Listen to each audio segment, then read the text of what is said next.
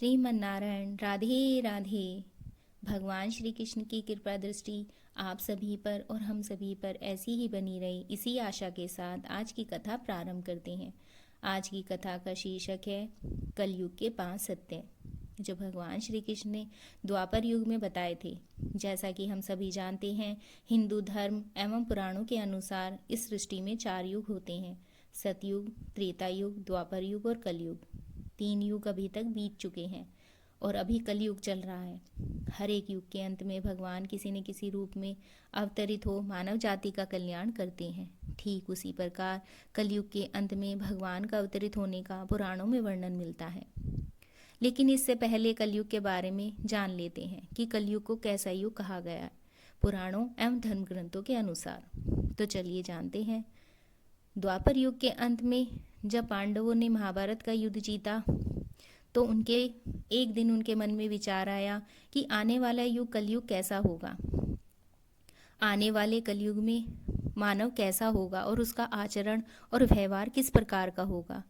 तब वे सभी इस प्रश्न का उत्तर जानने भगवान श्री कृष्ण के पास जा पहुँचे और बोले, हे प्रभु, द्वापर का अंत चल रहा है और इसके बाद कलयुग आने वाला है और हमारे मन में आने वाले युग कलयुग के बारे में जानने की इच्छा हो रही है।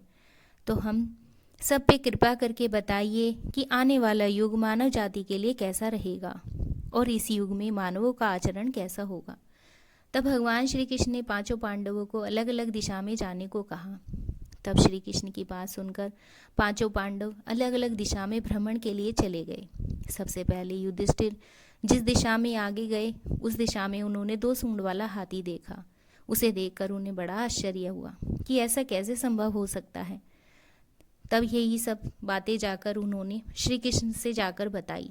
तब श्री कृष्ण ने इसका मतलब बताया कि कलयुग में ऐसे व्यक्ति शासन करेंगे जो बोलेंगे कुछ और करेंगे कुछ और। ऐसे व्यक्ति हर वक्त प्रजा का शोषण करेंगे। इसके बाद अर्जुन जिस दिशा में गए उन्होंने देखा कि एक पक्षी के पंखों पर वेदों की लिखावट लिखी हुई है। वह पक्षी मरे हुए जानवर का मांस खा रहा है। यह देखकर अर्जुन दंग रह गए और ये बात उन्होंने आकर श्री कृष्ण को बताई।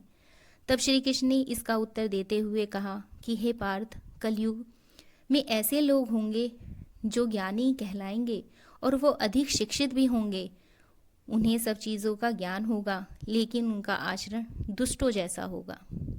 भीम जिस दिशा में गए थे तो उन्होंने देखा कि ये गाय अपने बछड़े को चाट रही है और वो गाय अपने बछड़े को इतना चाट रही थी कि चाटते चाटते उस बछड़े का खून निकल आ रहा था।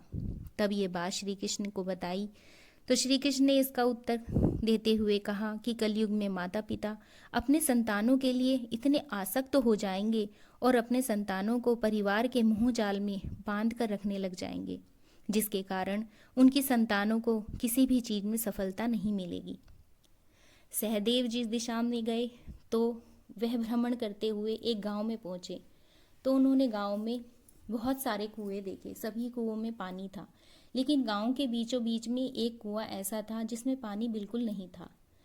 तो उन्हें यह देखकर बड़ा आश्चर्य हुआ और यह बात जाकर उन्होंने श्री कृष्ण जी को बताई। श्री कृष्ण ने इसका उत्तर देते हुए कहा कि कलयुग में ऐसे लोग होंगे जो उत्सव समारोह जैसी चीज़ों पर अधिक धन खर्च करेंगे।